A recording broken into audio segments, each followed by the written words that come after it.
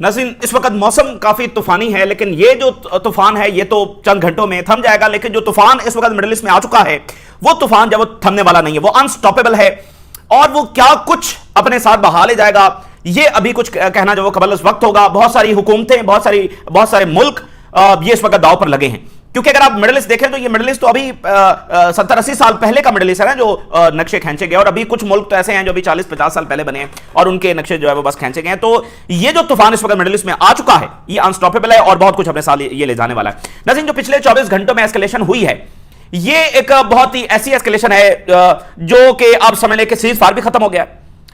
पहले जो एक टिट फॉर टैट चल रहा था या डिफरेंट राउंड्स चल रहे थे कि भाई उसने हमला किया तो आगे से उसने जो स्कोर सेटल किया जा रहा था, उससे बात अब आगे चली गई है और एक अगली जो एस्केलेशन है वो बस होने जा रही है और वो तय है और बड़ी ज्यादा डिस्ट्रक्टिव होने जा रही है।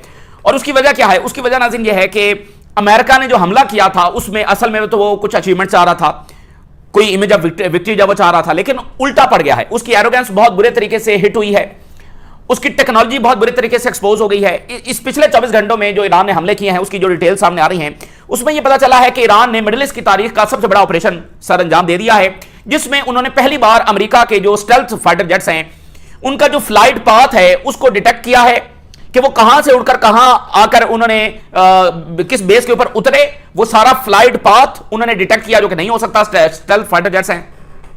उसके बाद जिस बेस पर वो उतरे उस बेस के ऊपर उन्होंने प्रिसाइजली हिट करके उन अमेरिका के जदीद तरीन हथियारों को तबाह कर दिया। ये ईरान का दावा है।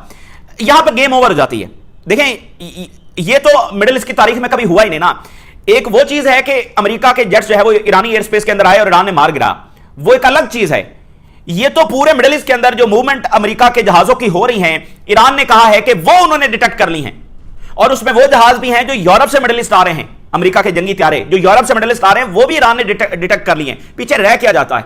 अगर अमेरिका के देखें, सारी जो अमेरिका के यहां पर जंगे हैं, इराक के पास ये सलाहियत नहीं थी, शाम के पास नहीं थी, बाकियों के पास नहीं थी। वो अमेरिका जो है वो उसके पास पूरा मिडिल ईस्ट की जो एयर स्पेस है वो अमेरिका कंट्रोल करता है। उसके जहाज उड़ते हैं, उतरते हैं, बेसेस हैं। एक एक जहाज कहां से उड़ रहा है, कहां जा रहा है, और वो जहां पर उतरा है चंद मिनट के बाद वहां पर मिसाइल हिट हो गया है। ये तो एक नई दुनिया है और ये ईरान ने कर दिखाया है।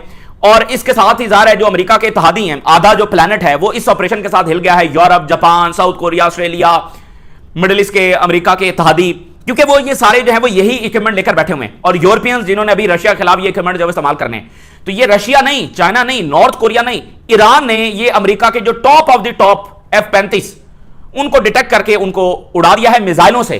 चाइना रशिया के पास तो अपनी एयरफोर्स है ना, ईरान के पास तो एक एयरफोर्स है ही नहीं, तो मिसाइलों से उड़ा दिया है ये, यानी एक नया उन्होंने बैलेंस अपार यहां पर एस्टेब्लिश किया। तो इसलिए अगली एस्केलेशन तय है, क्योंकि अमेरिका को जो सुबकी हो गई है, ये बस आप ये समझिए कि देखें, ईरान की जंग को आलमी जंग क्यों कहा जाता रहा। और ओबामा, बुश आप देखिए, उसका जो बुग़्ज़ था ओआईसी मुल्कों के खिलाफ, और जितने ओआईसी मुल्कों को उसने तबाह किया, ईरान को तो तबाह करना चाहता था। बुश जैसा बंदा उसने ईरान पर हमला नहीं किया, ओबामा ने हमला नहीं किया, क्लिंटन ने हमला नहीं किया।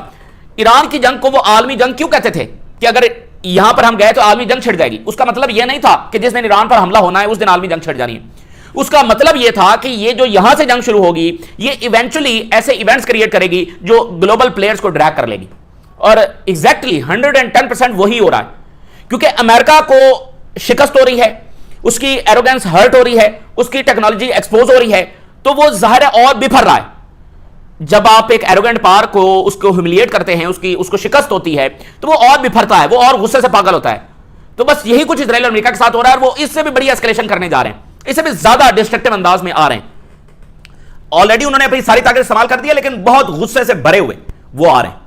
और जब हम ये कंक्लूजन निकाल रहे हैं कि ये आगे होने जा रहा है, अभी साथ विद इन मिनट, यानी अभी जब हम ये बात कर ही रहे हैं, तो जो ताजा तरीन स्टेटमेंट ट्रंप की जारी हो गई है, यानी हमने ये कंक्लूजन निकाल लिया है कि ये होने जा रहा है। साथ ही जो ट्रंप की स्टेटमेंट आ गई है वो इस बात को साबित कर रही है कि ट्रंप ने कहा है कि आज रात ईरान पर बहुत बड़े हमले होने जा रहे हैं और खारज आइलैंड के ऊपर कब्जा कर लिया जाएगा और ईरान की जो तेल और गैस है इसको मुकम्मल कंट्रोल कर लिया जाएगा, जैसे हमने वेनेजुएला को किया। तो बिल्ली जो है वो थैले से बिल्कुल बाहर आ गई है। यानी असल जो मकसद था वो यहां पर तेल और गैस लेना था, जो रशिया बार बार कहता रहा कि the real game is oil. एक बार फिर रशिया का फॉरेन मिनिस्टर ने बार बार दोहराया, एक बार फिर वही ओल्ड प्लेबुक और ऑयल का सारा गेम है। तो जैसे इसराइल और अमेरिका मिलकर शिकार करते हैं ना, इराक का शिकार किया तो अमेरिका और उसकी कंपनीज ऑयल ले गई, और इसराइल के लिए यह था कि वो एक स्टेट जो फलस्तीनी रियासत की सपोर्टर थी वो तबाह हो गई। तो ये इस तरह से चलता है। तो ईरान में यानी कि वो अब ट्रंप ने खुलकर ये कह दिया, न्यूक्लियर आगाज कहां से हुआ? न्यूक्लियर से, और आज ट्रंप ये अनाउंस कर रहा है कि हम तो तेल और गैस लेंगे ईरान का। तो सीधी सी बात है कि वो रिसोर्सेज जब ईरान के लूटने आ रहे हैं, तो अब आप देखिएगा ये जंग कितनी खौफनाक होने जा रही है। और ईरान की जानिब से ये स्टेटमेंट आ गई है कि भाई सीज फायर फारग हो चुका है, क्योंकि ये जो हमले हो रहे हैं इस सीज फायर का कोई मान ही नहीं है। और वैसे भी जो एस्केलेशन 24 घंटों में हुई है, मैंने आपको बता दिया कि अब ये वो नहीं है कि स्कोर सेटल वाली। अमेरिका का नुकसान बहुत हो गया है, अब उसके तहादी भी देख रहे हैं कि भाई ये अमेरिका की हालत है, और सारे इजरायली लॉबी का भी प्रेशर है, वो उनकी तो एक एक मिनट बड़ा हजीमत में गुजर रहा है, उनका भी प्रेशर है। तो समझ लें कि जो इस जंग के बारे में कहा जाता रहा है कि ये आलमी जंग कल को जाकर बनेगी और एक रीजन की सबसे बड़ी जंग होगी, ये रीजन का पावर स्ट्रक्चर बिल्कुल बदल कर रख देगी, वही अनफोल्ड हो रहा है। वही इवेंट्स जब हो रहे हैं, ट्रंप इतनी बार कह चुका है, यानी अमेरिका का सदर इतनी बार कह चुका है जंग खत्म हो रही है, खत्म हो रही है, खत्म हो रही है, वो खत्म नहीं हो रही है, वो बढ़ रही है, वो बढ़ रही है, वो बढ़ रही है। और अभी अमेरिका इस पोजीशन में बिल्कुल नहीं था कि वो एक लार्ज स्केल वॉर यहां पर छेड़ दे या फिर ग्राउंड अटैक की तरफ जाए। बट बात यह है कि अब फैसले अमेरिका नहीं कर रहा, अमेरिका अब इसमें ड्रैग हो रहा है। वो अपनी जो उसकी डैमेज हो रही है ना पावर, उसको मजीद स्टैब्लिश करने के लिए मजीद ताकत का इस्तेमाल कर रहा है। सो यूं जो है वो ड्रैग होता चला जा रहा है। ईरान का रीजन को मैसेज गया है और बड़ा सख्त मैसेज गया है। अब देखें वो तो बरह रास्त मिसाइल भी भेज रहे हैं, जॉर्डन पर उन्होंने बेसिस पर अटैक किया, उन्होंने रीजन को मैसेज दिया है कि जो कोई अपनी बेसिस देगा हम उस सोर्स पर अटैक करेंगे, उस मुल्क की बेसिस पर जब अटैक होगा। और देखिए अब चीजें बहुत तलख आपके सामने हो चुकी हैं। लेबनान की जो जंग है वो इंतहाई खौफनाक हालत में जारी है। इसराइल के वहां पर बमबारी हो रही है, तो वहां पर बहुत भारी कीमत भी इसराइल चुका रहा है। 3 सेपरेट सिक्योरिटी इंसिडेंट्स हुए हैं जिसमें इसराइली फौजी जब वो मारे गए हैं। और आप देखेंगे कि किसी भी वक्त बैरूत पर हमला होगा, और यानी इसराइल और ईरान के दरमियान क्लैश भी 24-48 घंटों की बात है या 72 घंटों के बाद, ये ज्यादा देर नहीं है। वो बैरूत पर हमला करके हो या वो डायरेक्ट हो जाए। अच्छा, जो ट्रंप बात कर रहा था आज रात बहुत बड़े हमले ईरान पर, तो हो सकता है इसी एस्केलेशन में। अभी इसराइल से ये भी खबर आ रही है कि इसराइल ये तैयारी कर रहा है कि जॉर्डन तक तो ईरान के मिसाइल पहुंच गए, तो जॉर्डन से इसराइल आते हुए ज्यादा टाइम नहीं लगेगा। सो इसराइल जब अपनी वो तैयारी कर रहा है। और इसी दरमियान वेस्ट बैंक और गजा को मत भूलें। गजा के बारे में हमने आपको बता दिया था कि लार्ज स्केल वहां पर ग्राउंड अटैक वो करने जा रहे हैं। आज वेस्ट बैंक से बड़ी खबर है, ओस्लो अकॉर्ड जब से हुआ है उसके बाद से लेकर आज सबसे बड़ी सेटलमेंट्स जो हैं वो वहां पर इसराइल बनाने जा रहा है, आज उसने अनाउंस की है।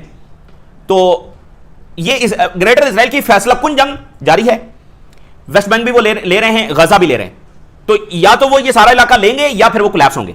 खुद गैलेंट के ये अल्फाज हैं कि अगर वो ये जंग हारे तो वो इस रीजन में रह नहीं सकेंगे। तो ये हर लिहाज से ये फैसला कुन जंग है। वेस्ट बैंक में भी इसराइलियों पर अटैक हुआ है और वहां पर इनके ऑफिसर्स और फौजी मारे गए और जख्मी हैं। तो वेस्ट बैंक जो मुकम्मल एक ऑक्यूपेशन के अंदर है, वहां पर वो इस तरह से रिस्पॉन्ड कर रहे हैं। और हिजबुल्लाह वो जंग जब इनके ऊपर बिल्कुल उल्टी पड़ चुकी है।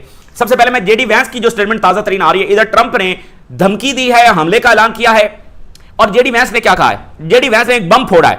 जेडी वैंस ने कहा है Netanyahu has certainly gotten something wrong, यानी ये बहुत बड़ा बमशल है। जेडी वैंस ने कहा कि ये बात बिल्कुल सही है कि नेतन्याहू ने बहुत गलतियां कर दी हैं। अमेरिका का नायब सदर ये कह रहा है कि Netanyahu yes he is wrong, यानी ईरान जंग छेड़ना यानी बाकी पॉलिसी ये गलत है। ये आज जेडी वैंस की जो स्टेटमेंट है ये बॉम्बशेल है। तो उधर ट्रंप एक और जंग छेड़ने आ रहा है, जेडी वैंस ये जो वो राय रखे हुए। और फिर उसने सीबीएस न्यूज को ये इंटरव्यू दिया जो वैसे भी ज़ायनिस्टों का है, वहां पर उसने ये जाकर बातें की। उन्होंने कहा कि बेशक इसराइल हमारा क्लोज पार्टनर है, बट हमारे इंटरेस्ट और हैं और इसराइल के जो इंटरेस्ट हैं वो और हैं। सो जेडी वैंस सिग्नल रिफ्ट। और उसने कहा कि नेतन्याहू जो है उसका फोकस इसराइली मफादात के ऊपर है, बट हमारा फोकस है वो अमेरिका के मफादात के ऊपर है, यानी अब हमारे मफादात मिल नहीं रहे। तो ये एक अमेरिकी सियासत के अंदर भी देखना कशमकश है ना। जेडी वैंस कर रही है हमारे मफाद की जंग नहीं है, और ट्रंप पता नहीं, ये भी अमेरिका में डिबेट है जिसका वन लाइनर कंक्लूजन किसी के पास नहीं है कि ट्रंप को घेरा हुआ कैसे है ज़ायनिस्टों ने। क्या कोई मतलब एक जो कैंट जो हैं जो टेररिज्म डिपार्टमेंट के सरबराह थे जिन्होंने इस्तीफा दिया, उन्होंने तो ये भी बात की कि उनकी असेसमेंट ये है कि ट्रंप को जान का खतरा इन्होंने दिया हुआ है। आप देखेंगे ट्रंप पर असैसिनेशन अटेम्प्ट्स भी हुई और उन अटेम्प्ट्स का नहीं पता चला कि वो किसने की। जो ड्यूरिंग द इलेक्शन हुआ वो शूटर वो कौन था, कहां से आया, कुछ पता नहीं है। बाद में जो 2-3 हुई उसका कुछ पता नहीं है। सो ये जो कैंट की और आम बंदा नहीं है उसकी ये असेसमेंट है। तो अभी वन लाइनर किसी के पास भी नहीं है कि ट्रंप को कैसे इजरायली लॉबी ने जब घेरा हुआ है। बहरहाल वो तो मुकम्मल एक ताबे है। और हैरेड्स ने आज लिखा है कि Israeli war on Iran battle with Hezbollah proven irresponsible Gamble. ये एक टोटल गैम्बल साबित हुआ। इररिस्पॉन्सिबल गैम्बल यानी जुआ भी आप खेलते हैं ना तो कुछ कैलकुलेशन के साथ खेलते हैं, बट ये जो लेबनान की जंग है ये एक बहुत बड़ा गैम्बल, इररिस्पॉन्सिबल यानी एक ऐसा जुआ। तो स्ट्रेटेजिक सेटबैक जो है वो इजराइल को सामना करना पड़ रहा है लेबनान के अंदर। तो ये है रियलिटी। लेकिन क्या इजराइल इस हकीकत को मान लेगा? क्या अमेरिका इस हकीकत को मान लेगा? कभी भी नहीं मानेंगे। वो और एरोगेंस के साथ और डिस्ट्रक्टिव पावर के साथ आएंगे। क्योंकि इसराइल के लिए जंग क्लियर है कि वो ये हारा तो वो उसके गेम ओवर है। तो फॉल्स फ्लैग, मजीद जंगें, अरब ईरान को आपस में लड़वाना, ये पता नहीं क्या क्या कुछ जब वो करेंगे, इसलिए जंग बड़ी खौफनाक है। अच्छा, अब जो ईरान ने टॉप ऑपरेशंस किए हैं जो बिल्कुल यानी कि आप देखें, इसका ताल्लुक सिर्फ मिडिल ईस्ट से नहीं है, इसका ताल्लुक पूरे ग्लोबल बैलेंस ऑफ पावर से है, क्योंकि यही प्लेनेट अर्थ के सबसे टॉप इक्विपमेंट्स है जो जापान लेकर बैठा हुआ है, यानी कि जो ब्रिटानिया लेकर बैठा हुआ है, फ्रांस लेकर बैठा हुआ है, नेटो लेकर बैठा हुआ है। नेटो के पास भी तो यही है ना। तो ये प्लेनेट अर्थ के टॉप ऑफ द टॉप जब इक्विपमेंट्स है। For the very first time Iran ने बताया है कि उन्होंने बड़ा कॉम्प्लेक्स इंटेलिजेंस बेस्ड ऑपरेशन किया है। 5 तैयारों को हिट किया गया है अमेरिका के। एक तैयारा डियागो गार्सिया से उड़ा और वो आया कुवैत की एक बेस के ऊपर। एक तैयारा जो है वो यूरोप से उड़ा और वो आया बहरीन की एक बेस के ऊपर। दोनों को ईरान ने हिट किया। यूरोप से उसका फ्लाइट पाथ डिटेक्ट किया, यूरोप की एक बेस से वो फ्लाई कर रहा था और यहां आ रहा था, उसको डिटेक्ट किया कि ये जहाज आ रहा है। जो ही वो उतरा है, उसकी प्रिसाइज लोकेशन ईरान ने उसको देखा कि यहां पर ये खड़ा हुआ है, और लास्ट मिनट तक उसकी सर्विलेंस होती रही कि कहीं ये आगे पीछे इसकी पोजीशन तो नहीं होगी। तो लास्ट मिनट तक सर्विलेंस होती रही और मिसाइल वहां पर आकर हिट किया। उधर से जो डियागो गार्सिया से आया, देखें ये बहुत बड़ा वाकया है। यानी यूरोप की बेसिस वहां पर क्या मूवमेंट हो रही है, ईरान ने कहा हमें पता है। डियागो गार्सिया वहां पर क्या मूवमेंट हो रही है, ईरान ने कहा हमें पता है। तो ये तो बस बहुत बहुत बड़ा वाकया हो गया। इसलिए जो आज एस्केलेशन होने जा रही है, उसकी one of the big reason यही है कि अमेरिका की बहुत बड़ी ह्यूमिलिएशन हो गई है। फिर यह वाकया हुआ है, इसी के साथ 3 और तैयारे वो फ्लाई करके जॉर्डन की जो बेस है वहां पर आए हैं। उन तीनों की जो फ्लाइट पाथ है उसको ईरान ने डिटेक्ट किया, और फिर जहां आकर वो बेस पर खड़े हुए, जिस हैंगर के अंदर, उसकी प्रिसाइज लोकेशन आखिरी मिनट तक सर्विलेंस होती रही, और फिर आकर मिसाइल वहां पर हिट किए। 3 इन्होंने तैयारे वहां पर तबाह किए, 2 यहां पर तबाह किए। तो ये बहुत बड़ा जब मसला पैदा हो गया। और आप देखिए कि हम जो बात कर रहे हैं कि अमेरिका यहां कंज्यूम हो जाएगा, अमेरिकन एम्पायर यहीं कंज्यूम हो जाएगा, और वो हो रहा है। इतनी बड़ी टेक्नोलॉजी इस अंदाज में एक्सपोज हो रही है। जो बैड चॉइसेस अमेरिका के पास है, उसमें से लेस बैड चॉइस ये है कि वो ईरान के साथ एक मुआहदा करे और यहां से जितनी बेसेस हैं वो बचा ले, मतलब कोई मामला दरमियान में निकाल ले। लेकिन जो इस जंग को ड्रैग कर रहा है, ईरान का तो बहुत नुकसान हो रहा है, इसमें कोई दो राय नहीं है। लेकिन क्या अमेरिका ने सारी ताकत ईरान के खिलाफ लगानी है? रशिया और चाइना इतनी बड़ी ताकत बनकर आ जाएगा, फिर ये चाइना से क्या मनवाएंगे? चाइना इनसे अपनी शर्तें मनवाएगा। क्या अमेरिका ने सारी पावर ईरान ही के खिलाफ इस्तेमाल करनी है? तो कंज्यूम हो जाएंगे। ये कोई विजडम वाला फैसला नहीं है कि अपनी सारी ताकत जब ईरान के खिलाफ लगा दे। जो ये देखें अमेरिकी तारीख में इसको कैसे लिखा जाएगा कि उसके खिलाफ अपनी ताकत इस्तेमाल की कि जो अमेरिका के लिए कोई खतरा ही नहीं था, इसको कैसे ये अपनी तारीख में झेलेंगे। चलो चाइना से जंग होती है, भाई चाइना से हार गए, वो तो एक अलग कहानी है ना कि जी चाइना से हार गए, चलो बराबर की ताकत तो थी। ये कितना बड़ा उनके लिए डिजास्टर होगा, और वो इस पर पछताएंगे कि हम उस मुल्क के साथ जाकर लड़े जो हमारे लिए कोई खतरा ही नहीं था, और फिर हमने अपनी ताकत का इतना बड़ा हिस्सा वहां पर जाया कर दिया। सो बहरहाल अब तीर कमान से निकल चुका है। स्काई न्यूज बता रहा है कि negotiation on the brink of war and no return, कोई वापसी नहीं है। ईरान की स्टेटमेंट आ गई है कि सीज फायर जब वो मीनिंगलेस है, इस तरह के हमलों के बाद अब इस सीज फायर की कोई वैल्यू नहीं है। ये सीज फायर होता है। तो ईरान की भी स्टेटमेंट आ गई है। फिर उन्होंने रीजन को कहा कि जो कंट्रीज हमला आवरों की साइड पर खड़े होंगे वो हमारा निशाना है। तमाम जो है ना, अब यहां पर कोई हद नहीं है किसी, ज़ाहिर है सर्वाइवल की जंग जब ईरान लड़ रहा है, तो वो मुल्क अब जो यानी इजराइल का साथ दे रहे हैं, और पता नहीं किस सोच के साथ दे रहे हैं। बहरहाल अब ईरान का मैसेज है कि जो हमला आवरों का साथ देगा वो हमारा निशाना है। So cease fire of no use and we will work to strike sources of attacks. जो सोर्सेज ऑफ अटैक्स हैं, यानी जहां से हमले लॉन्च हो रहे हैं। देखिए अब ये इतराज करते हैं कि ईरान हमारे ऊपर अटैक क्यों कर रहा है। ओ भाई, ईरान कहां अटैक करे? क्या ईरान क्या सारे हमसाया मुल्कों पर अटैक कर रहा है? क्या उसने पाकिस्तान पर को हमला कर दिया? क्या उसने अजरबैजान पर को हमला कर दिया? भाई जहां पर अमेरिकी फौज बैठी है वहीं पर हमला करेगा ना। जब इजराइल हमला करता है तो ईरान इन बेसेस को, गल्फ ममालिक को निशाना नहीं बनाता, वो इजराइल को निशाना बनाता है, क्योंकि इजराइल को जवाब इजराइल में दिया जाना है। अमेरिका को कहां जवाब दिया जाए, ये मुल्क खुद बता दे। ईरान पर अमेरिका बमबारी करे, ईरान क्या करे, ये मुल्क खुद ही बता दें ईरान को कि यहां आप बमबारी कर लो जाकर, जवाब में यहां पर जवाबी हमला कर लो। ये क्या बच्चों जैसी बात है? और इतने सेंसिटिव इशू को ये इस तरह से जब डील कर रहे हैं। और देखिए जो हम सबसे ज्यादा जिस कंसर्न का इजहार कर रहे थे कि जो खतरनाक बात है वो ये है कि आप ईरान को कंडेम कर रहे हैं तो करते रहें, लेकिन मसला ये है कि इससे आप जंग रोकेंगे नहीं, इससे आप जो है रीजन में और जंगें फैलेंगी।